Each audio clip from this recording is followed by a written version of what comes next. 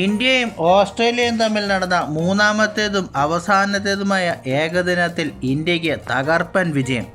69 ball ബാക്കി നീക്കി 9 wicket വിജയമാണ് ഇന്ത്യ നേടിയത്. ഇന്ത്യക്ക് വേണ്ടി രോഹിത് ശർമ്മ പുറത്താകാതെ 121 റൺസും വിരാട് കോഹ്ലി പുറത്താകാതെ 74 റൺസും നേടി.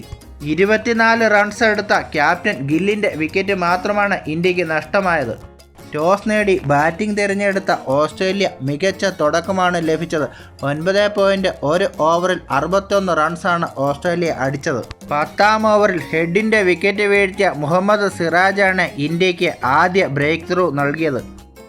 ഇന്ത്യക്ക് വേണ്ടി ഹർഷത് റാന 4 വിക്കറ്റും വാഷിംഗ്ടൺ സുന്ദർ 2 വിക്കറ്റും കുൽദീപും സിറാജും പ്രസീദ് കൃഷ്ണ, അക്സർ പട്ടേൽ എന്നിവർ ഓരോ വിക്കറ്റും വീഴ്ത്തി. ആദ്യ 2 മത്സരങ്ങളും വിജയിച്ച ഓസ്ട്രേലിയ നേരത്തെ തന്നെ പരമ്പര നേടിയിരുന്നു. എന്നാലും ഈ മത്സരം വിജയിച്ചത് ഇന്ത്യയെ സംബന്ധിച്ചിടത്തോളം ആത്മവിശ്വാസം വർദ്ധിപ്പിക്കുന്ന ഒന്ന് തന്നെയാണ്. ഇനിയും 5 മത്സരങ്ങളടങ്ങിയ T20 പരമ്പരയാണ് ഇന്ത്യ ഓസ്ട്രേലിയയിൽ കളിക്കുന്നത്. സൂര്യകുമാർ യാദവാണ് ക്യാപ്റ്റൻ. മലയാളി താരം സഞ്ജു സാംസണാണ് T20 ടീമിലെ പ്രധാന വിക്കറ്റ് കീപ്പർ.